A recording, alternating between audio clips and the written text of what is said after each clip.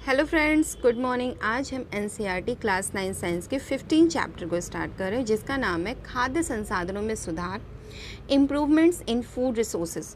ये हमारा क्लास 9 का लास्ट चैप्टर है। ओके, तो इसको हम देख लेते हैं।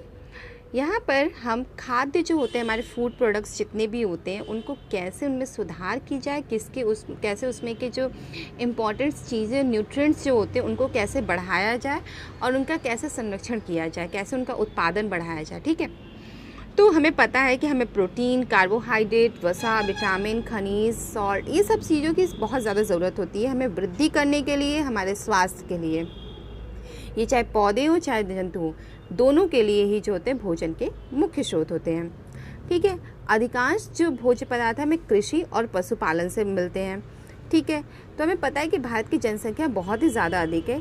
यहाँ पर लिखा है कि 100 करोड़ से अधिक है, तो हमें पता है करीब 135 करोड़ या 130 करोड़ के आसपास बढ़ चुकी है। ठीक है, तो ये वृद्धि जो है भूमि पर कृषि करने से संभव, मतलब कि यहाँ पे कहने का मतलब है कि जो जनसंख्या बढ़ी है उससे हमें क्या होगा, उससे उत्पादन भी तो बढ़ना चाहिए। ठीक है, तो उससे अन्न उत्पादन की आवश्यकता होगी और उससे क्या करना होगा, हमें भूमि पर कृषि करने की ज़्यादा से ज़्यादा आवश्यकता है। ठीक है, इसको बढ़ावा देना। ठीक है, तो यहाँ पर जो हरित क्रांति लाई गई थी जिससे फसल उत्पादन में वृद्धि हुई, श्वेत क्रांति लाई गई थी जिससे कि दूध उत्पादन में वृद्धि हुई। ठीक है, और उसी प्रकार हमारी बहुत सारी प्राकृतिक संपदाएं हैं जिनको कि बिगड़ने का खतरा बढ़ रहा है, जैसे कि फसल उत्पादन बढ़ाने के प्रयास पर्यावरण को संतुलित बनाए रखने वाले कारकों को क्षति न पहुंचाए, यानी कि हम बहुत ज़्यादा उर्वरक यूज़ कर लें तो उससे प्रदूषण भी तो बढ़ जाएगा। ठीक है, तो केवल फसल उत्पादन बढ़ाने और उन्हें गोदामों में संचित करने से कुपोषण या भूख की समस्या का समाधान नहीं हो सकता है। ठीक है, लोगों को अनाज खरीदने के लिए धन की आवश्यकता भी होती है। तो इस तरह से हर एक चीज़ एक दूसरे से निर्भर करती है। तो यहाँ फसल का उत्पादन, मत्स्य पालन, कुक्कुट पालन, कैसे इसको बढ़ावा दिया जाए इसके बारे में।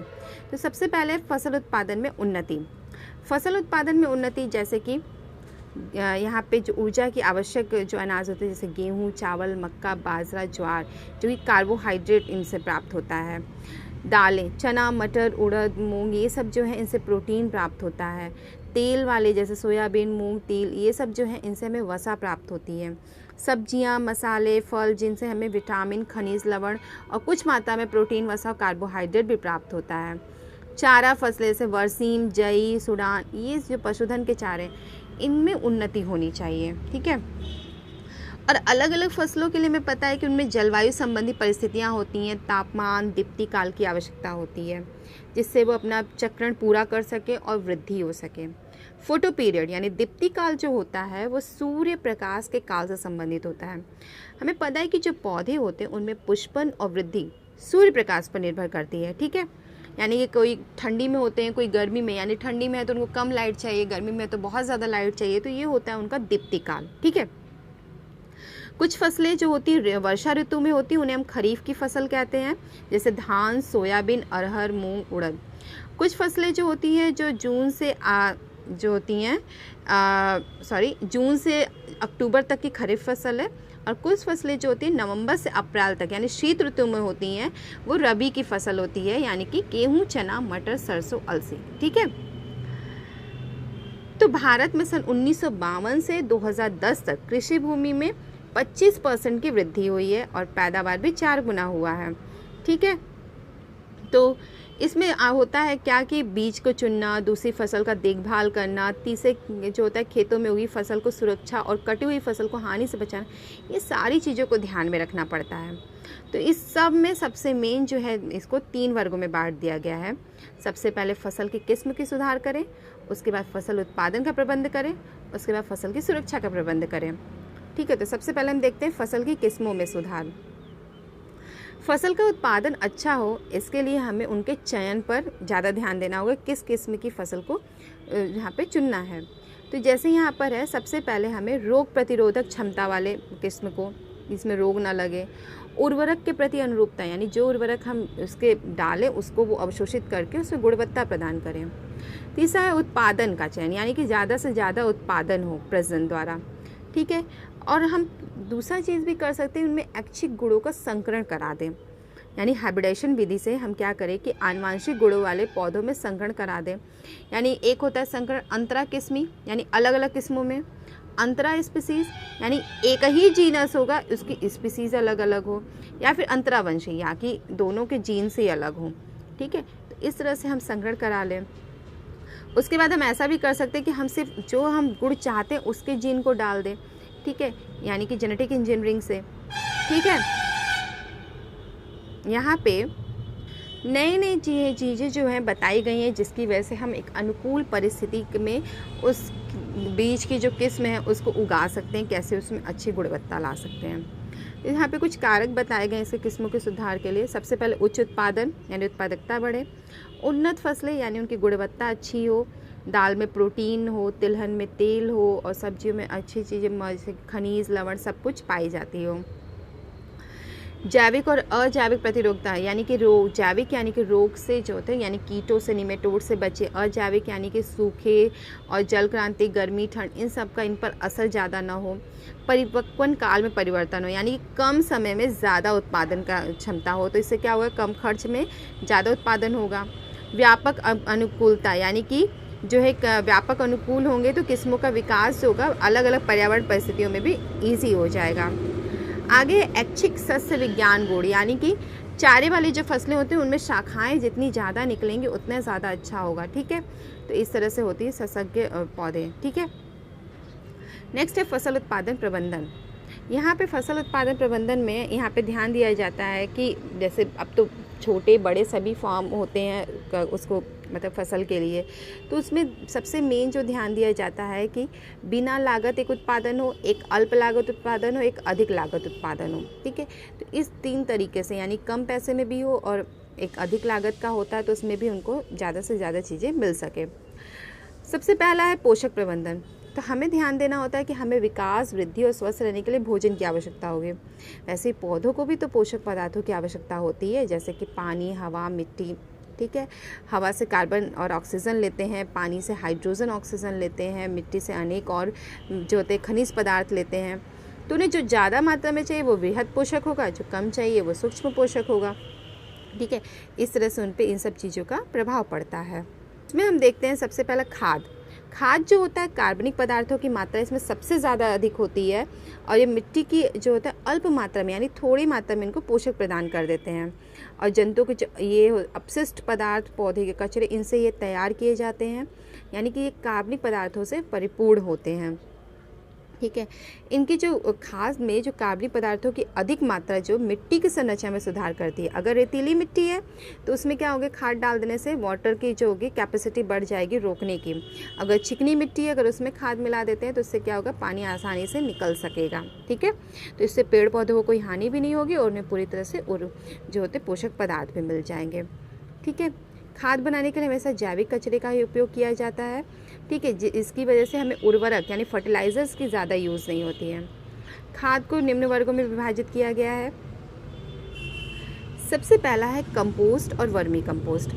इसमें क्या होता है कि इसमें अपशिष्ट पदार्थ जो होते हैं कृषि के यानी कि पशुधन के मलमूत्र, सब्जी के छिलके, जानवर द्वारा परित्यक्त चारे, ये सारी चीज़ें जो होती हैं जिनको हम मतलब कि बायोडिग्रेडेबल होते हैं यानी जीवाणुओं द्वारा नष्ट कर सकते हैं, इन सब चीज़ों को कंपोस्ट करा के कार्बनिक खाद बनाई जाती है। और इसमें केचुए द्वारा जो कराया जाता है उसको वर्मी कंपोस्ट कहते हैं। ठीक है, दूसरा है हरी खाद।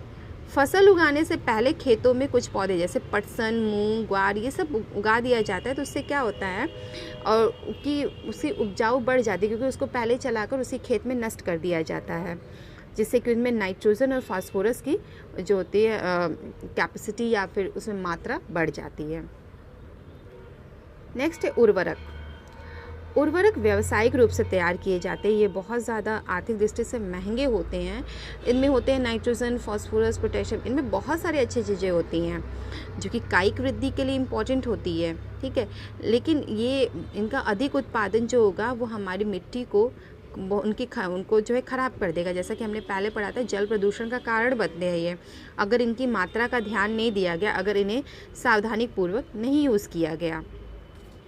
ये हमारे जो होंगे सूक्ष्म जीवों के चक्रण, भूमिगत जीवों और जो मिट्टी की उर्वरता सबको नष्ट कर देंगे। ठीक है, इसलिए इनका जो होता है कम यूज़ करना चाहिए। खाद का उपयोग जो होता है, लाभ जो हमें वो दीर्घ अवधि तक मिलता है। ठीक है, तो इस तरह से हमारे लिए खाद ज़्यादा बेटर है इन कंपैरिजन टू उर्वरक। कार्बनिक खेती करने की वह पद्धति है जिसमें रासायनिक उर्वरक, पीड़कनाशी, शाकनाशी इनका उपयोग या तो कम होता है या तो बिल्कुल भी नहीं होता है। ठीक है, इसमें खाद जो होते कार्बनिक खाद, कृषि अपशिष्ट यानी पुआल और पशुधन का पुनर्चक्रण, जैविक कारक जैसे कि नील, हरे, शैवाल का संवर्धन, जैविक उर्वरक जो है बनाने में इनका उपयोग किया जाता है। नीम की पत्तियां और हल्दी को ज़्यादातर जैव कीटनाशकों के रूप में जो खाद्य संग्रहण में उपयोग किया जाता है। ठीक है, तो कुशल फसलीकरण पद्धति के लिए मिश्रित खेती यानी कि अंतर फसलीकरण या फिर तथा फसल चक्र, ठीक है, आवश्यक है। अंतर फसलीकरण यानी कि एक फसल के बाद दूसरा, एक फसल इस तरह से करके एकांतर पे दूसरे पौधे लगा के।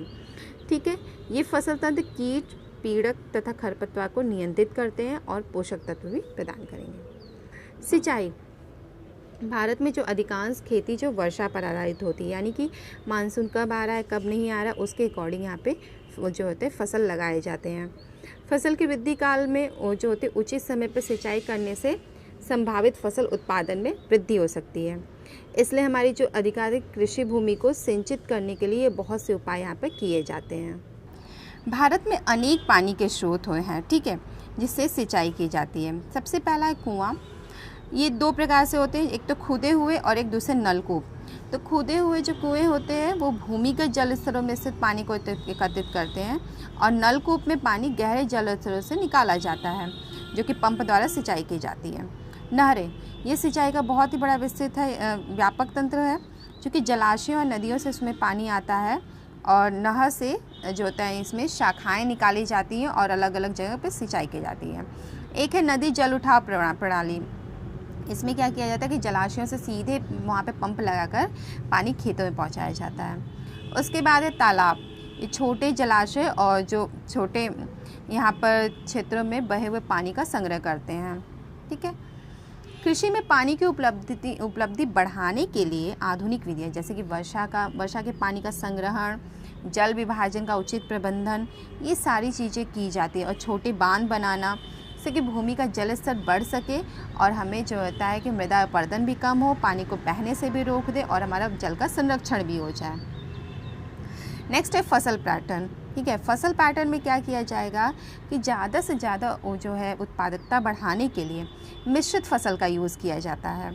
जैसे कि एक साथ 2 से अधिक फसल को लगाना है, जैसे गेहूँ चना या फिर गेहूँ सरसों या फिर मूंगफली सूर्यमुखी। ठीक है, तो इनसे हानि होने की संभावना कम होती है। अंतरा फसलीकरण में क्या किया जाता है कि 2 या 2 से अधिक फसलों को एक साथ एक पैटर्न में उगाया जाता है। ठीक है, इसमें एक प्रकार की फसल को एक पंक्ति में और उसके एकांतर में दूसरी पंक्ति में दूसरे फसल को लगाया जाता है, जैसे सोयाबीन हो गया और मक्का हो गया, बाजरा हो गया या फिर लोबिया हो गया।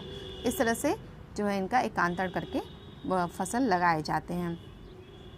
इसमें जो फसल का चुनाव किया जाता है, ऐसे फसल होने चाहिए जो कि उनको पोषक तत्वों की अधिक से अधिक जो है मात्रा को यूज़ कर सकें और उनको उर्वरक यानी कि और पीड़कनाशी जो उनको है उन पे उनको कम उनका यूज़ हो, यानी कि उनको पीड़कनाशी कम देने की आवश्यकता हो। ठीक है, इस तरह से उत्पादन बढ़ाया जा सकता है। यहाँ पे अंतर फसलीकरण दिखाया गया है। ठीक है, तो किसी खेत में क्रम और पूर्व नियोजित कार्यक्रम के अनुसार अलग अलग फसलें उगाने को फसल चक्र कहते हैं। ठीक है, तो एक कटाई के बाद कौन सी फसल उगानी चाहिए या नमी और सिंचाई की उपलब्धता पर निर्भर करता है। ठीक है, इस तरह से फसल के उत्पादन को बढ़ाया जा सकता है। नेक्स्ट है फसल सुरक्षा प्रबंधन। ठीक है, तो अब जब खेतों में सबसे पहले फसल जो होती है उसमें खरपतवार, कीट, पीड़क, रोग से प्रभावित होते हैं, तो इसमें क्या करते हैं कि इनको नियंत्रित करने के लिए पीड़कनाशी का यूज़ करते हैं। खरपतवार में जैसे होता है जेंथियम, पार्थेनियम, साइरेनस, रोटेंडस, ये सब चीज़ें जो होती हैं ये फसल उत्पादकता को कम कर देती हैं। ये खरपतवार जो होते हैं पोषक तत्वों को ले लेंगे, फसल की वृद्धि कम हो जाएगी और पौधे जो होंगे पौधों में छेद कर देना, ठीक है, ये सारे काम इनका कर देते हैं। यानी कि इनमें जो कीट लगते हैं वो जड़, तने, पत्तियों को काट देंगे। ठीक है, उनके जो कोशिकीय रस को चूस लेते हैं, उनमें छिद्र कर देना, इससे फसल खराब हो जाते हैं। पौधों में जो रोग होता है बैक्टीरिया, कवक, वायरस जैसे रोग कारकों द्वारा होता है। ये मिट्टी, पानी और हवा में उपस्थित होते हैं। इनके नियंत्रण की बहुत सारी विधियां हैं, जैसे पीड़कनाशी, शाकनाशी, कीटकनाशी, इनका यूज़ करना। लेकिन इनके छिड़काव से बहुत सारे जो है हानिकारक उनका प्रभाव भी होता है, क्योंकि ये विषैले होते हैं और पर्यावरण में प्रदूषण फैलाते हैं। तो यांत्रिक विधि द्वारा खरपतवार को भी हटाया जाता है कि समय समय पर फसल लगाना और उचित क्यारियाँ तैयार करके खरपतवार का चक्रण कर देना, यानी कि उनमें से खरपतवार को निकाल देना, जिससे कि पीड़कनाशियों का कम यूज़ किया जाए। ठीक है।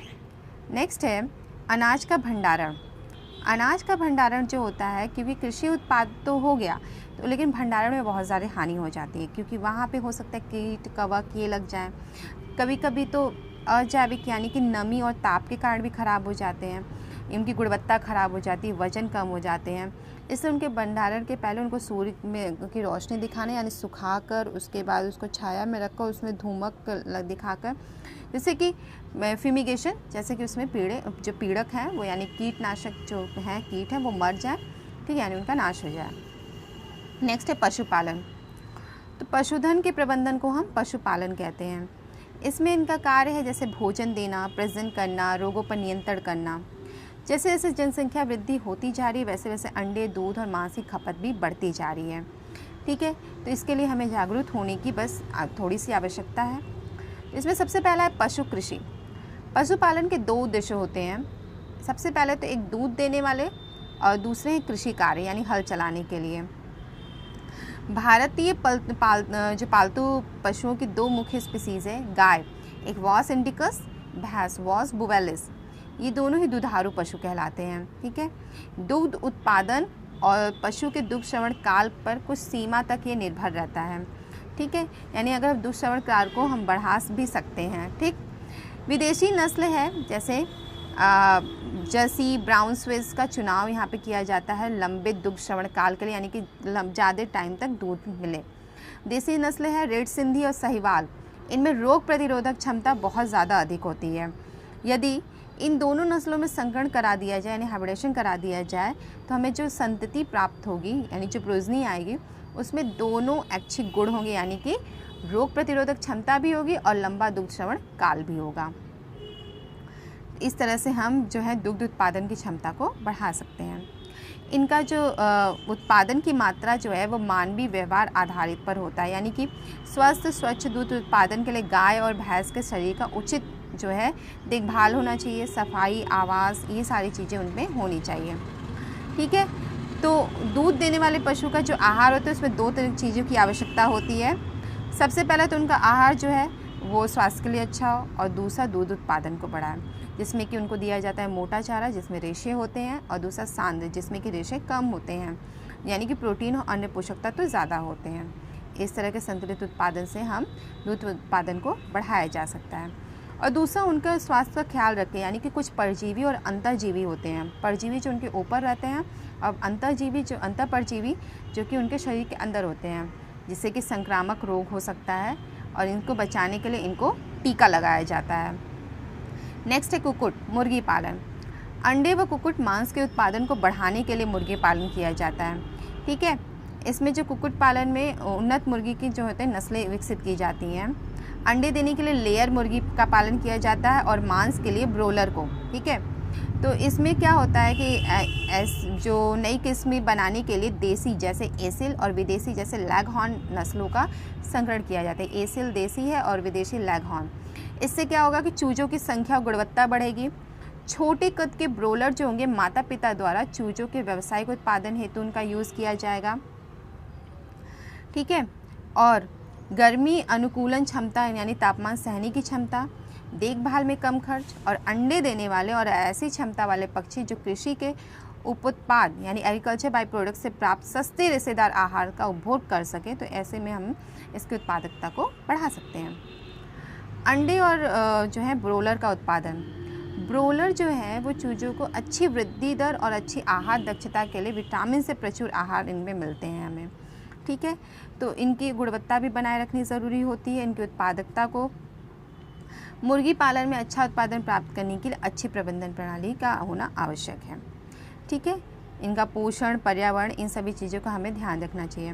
कुक्कुट आहार में हमें विटामिन ए और विटामिन के सबसे ज़्यादा मात्रा में मिलते हैं। जीवाणु, विषाणु, कवक, परजीवी और पोषणहीनता के कारण मुर्गियों में कई तरह के रोग भी हो सकते हैं। इससे सफाई और स्वच्छता का विशेष ध्यान देना होता है। रोगाणुनाशक का छिड़काव करना, इनको टीका लगवाना और इनका जो है रोगों को फैलने से बचाना, इनमें इनका उन्नत उत्पादन किया जा सकता है। नेक्स्ट है मत्स्य उत्पादन यानी मछली उत्पादन। हमारे भोजन में जो है मछली प्रोटीन का एक समृद्ध जो है स्रोत होता है। इसमें होती हैं कुछ पंखयुक्त मछलियाँ, कुछ होती कवचीय मछलियाँ जैसे प्रॉन, मोलस्क। ठीक है, मछली प्राप्त करने की 2 विधियाँ हैं। सबसे पहला तो प्राकृतिक स्रोत, ठीक है, और दूसरा है मछली पालन। ठीक है, तो मछलियाँ जो होती है जल स्रोत यानी समुद्री जल और ताज़ा जल जो होता है उसमें पाई जाती हैं। तो जो ताज़े जल यानी अलवड़ी जल नदियों, तालाबों में होगा, इसमें मछली पकड़ना और मछली संवर्धन समुद्र और ताजे जल के पारिस्थितिकी तंत्रों में किया जा सकता है। ठीक है, तो सबसे पहला है समुद्री मत्स्यिकी। भारत का समुद्री जो मछली संसाधन क्षेत्र है वो करीब 7500 किलोमीटर समुद्री तट है। ठीक है, समुद्री मछलियों में मेन होती है pomfret, mackerel, tuna, sardine, Bombay duck. ठीक है, ये सब जो है अलग तरह के जालों से जो है पकड़ी जाती हैं। ठीक है, और वहीं पर कुछ समुद्री मछलियाँ जो होती हैं समुद्री जल में संवर्धन भी किया जाता है, जैसे कि मोलेट, भेटकी, पॉलिस्पॉट। ठीक है, कवची मछलियाँ जैसे झींगा यानी प्रॉन, मसल और ऑयस्टर, ये समुद्री एवं साथ ही समुद्री खरपतवार। ऑयस्टर से मोतियाँ प्राप्त की जाती हैं। ठीक है, भविष्य में समुद्री मछलियों का जो भंडार होगा कम होने की अवस्था में इन मछलियों की पूर्ति संवर्धन के द्वारा यानी कि मैरीकल्चर के द्वारा कर सकते हैं। समुद्र को मराइन कहते हैं तो इसलिए इसके नाम से मैरीकल्चर पड़ा है। अगला देखते हैं अंतःस्थलीय मत्स्यिकी, जो ताजे जल में रहेंगे। ठीक है, तो इसमें जो है खारे जल के संसाधन जहाँ समुद्री जल और तय जल मिश्रित होते हैं, जैसे कि उसको एस्चुरी कहा जाता है, और लैगून भी बहुत ज़्यादा मत्स्य भंडारण के जो है स्थल हैं। ठीक है, मछली संवर्धन कभी कभी धान की फसल के साथ भी किया जाता है। ठीक है, ऐसे तंत्र में जहाँ पे एक ही तालाब में 5 या 6 मछलियों की स्पीसीज़ का प्रयोग किया जा सकता है, और वहाँ पे ऐसी मछलियों का चुनाव होता है जिसके कि आहार में प्रतिस्पर्धा ना हो, यानी आपस में लड़ाई ना करे खाने के लिए। ठीक है, तो इसमें क्या होगा कि ये जो तालाब है उसके प्रत्येक भाग से आहार को लेती हैं। रोहू मछली जो होती है, ठीक है, रोहू मछली तालाब के जो होते हैं मध्य भाग से अपना भोजन लेती है। कटला जो होती है मछली के सतह से लेती है, और वहीं पे मृगल और कॉमन कार्प जो होती है तली से भोजन लेती हैं। ठीक है, तो ये सभी मछलियाँ अपने अलग अलग लेयर से भोजन ले रही हैं, तो इसलिए इनमें प्रतिस्पर्धा नहीं हो सकती है। इसके लिए तो ये ठीक है, बट इनमें क्या होता है कि इनका जो प्रजनन है वो सबका अलग अलग होता है। केवल वर्षा ऋतु में ही जनन करती हैं इनमें से बहुत सारी मछलियाँ। तो यदि इनका मत्स्य डिम्ब यानी कि मत्स्य जो अंडे होते हैं अगर देसी नस्ल से लिए जाएं तो अन्य स्पीसीज़ के जो अंडे के साथ ये मिल सकते हैं। ठीक है, अब मत्स्य संवर्धन के लिए अच्छी गुणवत्ता वाले अंडों का उपलब्ध न होना ही सबसे ज़्यादा गंभीर समस्या है, और इसके लिए आगे के कार्य किए जा रहे हैं। नेक्स्ट है मधुमक्खी पालन। ठीक है, तो मधुमक्खी जो होती है यहाँ से हमें शहद मिलता है। ठीक है, जो कि हर जगह में यूज़ में आता है, और ये कृषि उद्योग, इसको एक उद्यम कृषि उद्योग बनाया गया है, क्योंकि मधुमक्खी पालन में पूंजी निवेश जो होता है बहुत कम लगता है, और इसमें धनार्जन के साधन बहुत ज़्यादा होते हैं। ठीक है, इनसे शहद मिलता है, इनके छत्ते से मोम मिल जाता है। ठीक है, तो व्यावसायिक स्तर पर मधु उत्पादन के लिए देसी किस्म की मक्खी एपिस सेरेना इंडिका जो कि सामान्य भारतीय मक्खी है, एपिस डॉर्सेटा एक सैल मक्खी है, एपिस फ्लोरी एक लिटिल मक्खी है, और वहीं पर इटली मक्खी एपिस मेलिफेरा का प्रयोग किया जाता है, जिससे कि हमें जो है शहद की उत्पादकता को हम बढ़ा सकते हैं। ठीक है, इटली मक्खी जो होती है सबसे ज़्यादा इम्पॉर्टेंट है, क्योंकि उसमें मधु यानी कि जो शहद होती है वो एकत्र करने की क्षमता सबसे ज़्यादा होती है। वे डंक भी कम मारती हैं, और उनमें जो होते हैं प्रजनन की तीव्रता बहुत ज़्यादा होती है। ठीक है, इसलिए इटली मक्खी को ज़्यादा यूज़ किया जाता है। शहद की कीमत और गुणवत्ता मधुमक्खियों के चारागाह यानी कि मधु एकत्र करने के उपलब्ध फूलों पर निर्भर करती है, यानी जितने ज़्यादा फूलों में मकरंद पराग यानी नेक्टर होगा उतनी ज़्यादा जो होगा हमें शहद प्राप्त होगा। तो अब हम देख लेते हैं कुछ इंपॉर्टेंट पॉइंट्स। फसल के लिए अनेक पोषक आवश्यक हैं, ठीक है, और हवा से कार्बन, ऑक्सीजन, पानी से हाइड्रोजन, ऑक्सीजन और मिट्टी से शेष पोषक तत्व मिलते हैं। इन पोषकों की मात्रा अधिक चाहिए तो उन्हें वृहद और कम चाहिए तो सूक्ष्म।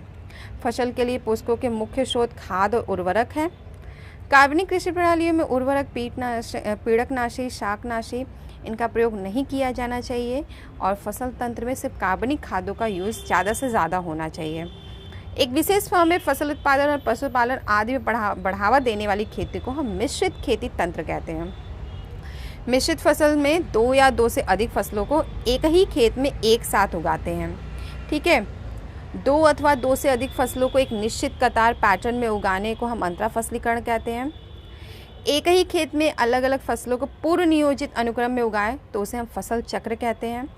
उच्च उत्पादन, अच्छी गुणवत्ता, जैविक व अजैविक कारकों के प्रति प्रतिरोधता, अल्प परिपक्वन काल यानी कम समय में बदली परिस्थितियों के लिए अनुकूल तथा ऐच्छिक सस्य विज्ञान गुण के लिए नस्ल सुधार आवश्यक है। ये पूरे पॉइंट्स में हमने पूरा जितना उत्पादकता पढ़ी थी वो हो गया।